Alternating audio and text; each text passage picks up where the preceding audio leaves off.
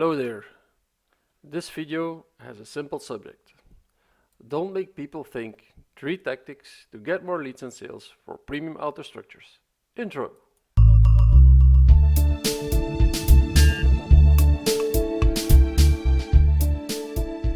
Hi there, my name is Janssens. I'm the owner of virtualsaleslab.com. We help marketeers of premium outer structures to activate and qualify leads via online 3D configurators. In this video I will give you 3 simple steps to get more leads and sales for premium outer structures by avoiding that people have to think about something and bail out early in the process. First things first, where did I get this idea? I actually got this idea from 2 books I read during my vacation recently.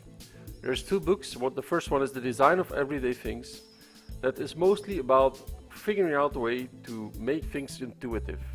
A simple example could be a glass door. It's one of the favorite books, examples in the book, where they have doors and they work in certain ways. Let's say, for example, you enter a postal office. It has glass doors. It might have 2 glass doors in a row. You need to know, do they slide?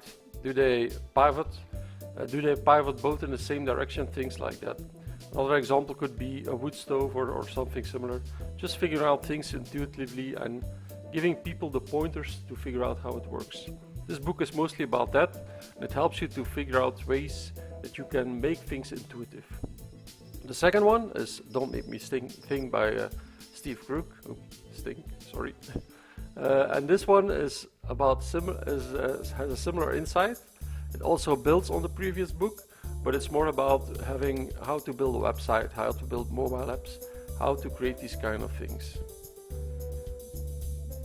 The actual talk, the actual example that I want to give is 3 simple steps that help you to avoid that your potential customer has to think, so he does not bail out early.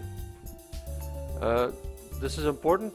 The first step is just using a proven structure. So whether you're building a landing page, a sales talk, or a website, or even an email marketing funnel, it's very interesting if you use a proven structure. For example, for sales you could use BANT. BANT is an acronym that stands for Budget, Authority, Need and Timing, and is one of the many ones that you can look up at Google. You can also take a look at my other video on how to close a sale by Alex Hormozy. The second step, so the first one is use a proven structure for your approach.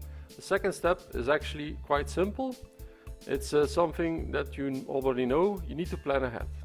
So it's like a chess game. You need to think about every move up front, so your prospect does not need to. Your prospect will probably have objections like, I don't have the budget, I don't have the need, I don't have the authority to decide on my own, I don't have the time. So you need to figure out the proper way to tackle these objections and make sure that you can plan the next action. The third one is doing the work for them. After you think about specific steps, you need to think about how you can do the work for them, so they don't even need to think about it. Why is that important, that they don't need to think about it? Because if people hear something and they say, oh, that sounds like a lot of work, a lot of problems, a lot of questions, a lot of things for me, it might hurt your sales or your conversion ratio. That's why you need to avoid that people think that something is a lot of work. So let's do a short recap. The first thing to not make them think is using a proven structure.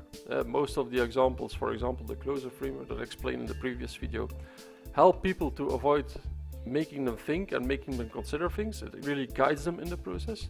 The second step is to plan ahead, so figure out what they are going to ask once you do this and make sure that you have the proper answers available.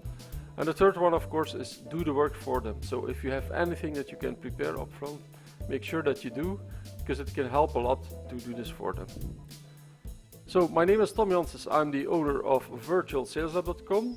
At virtualsaleslab.com we make online 3D configurators, like for example this one that's now loading. This is a really nice one that I can show once it's loaded, of course. And it is used to experiment with solar panels. There's lots of options possible with height, size, etc, etc. You can even add a car. You can say it's aluminium instead of wood, etc, etc.